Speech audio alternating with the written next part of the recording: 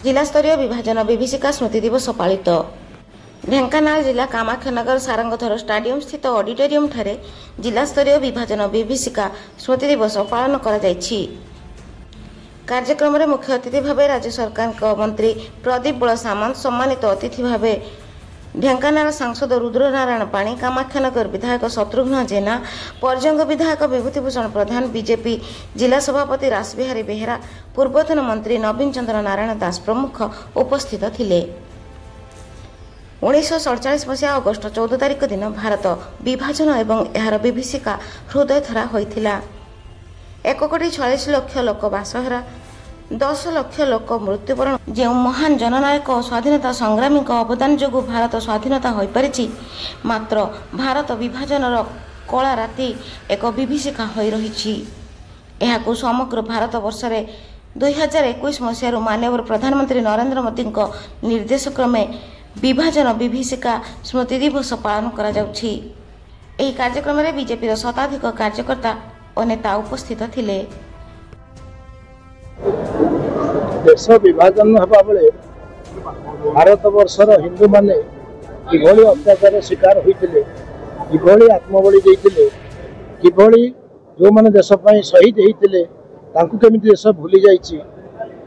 भारतर यशस्वी प्रधानमंत्री श्रीयुत नरेंद्र भाई मोदी 2014 रे प्रधानमंत्री हला पर आस्ते आस्ते भारतर प्रत्येक खाली शहीद मान नुहे, खाली देश विभीषिका कथा नुहे, सबू जिनस गोटे ट्रेन स्टेशन ना भी देखु, गोटे रास्तार ना देखु, गोटे सहर ना देखु, सबू मुगल मान ना गोटे पर गोटे सबू इतिहास हटई दे वर्तमान निजर रिजनल लैंग्वेज रे आपण डाक्तरी पढ़े, इंजीनियरिंग पढ़े, शहीद मान ना वर्तमान इतिहास आसब।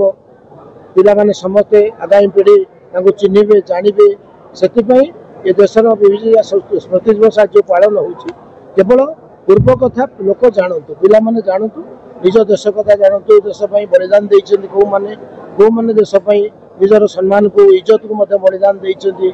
बहु लोक 10 नियुत रु 20 नियुत लोक बलिदान देइछन्ति।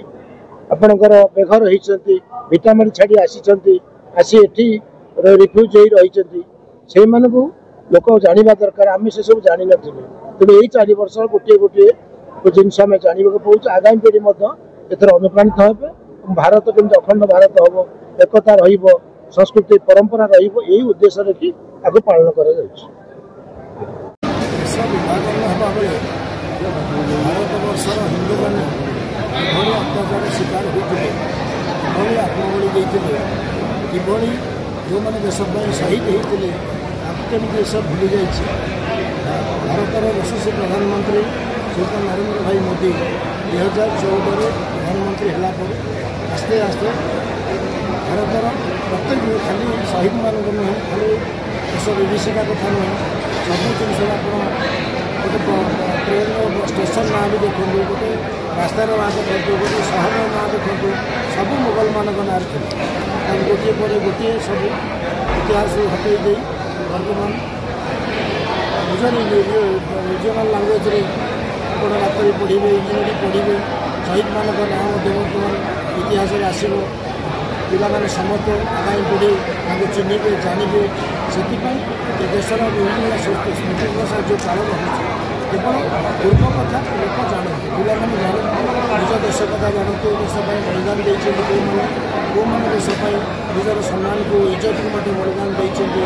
बहु लोक 10 नियुत रु 20 नियुत लोक बलिदान देते।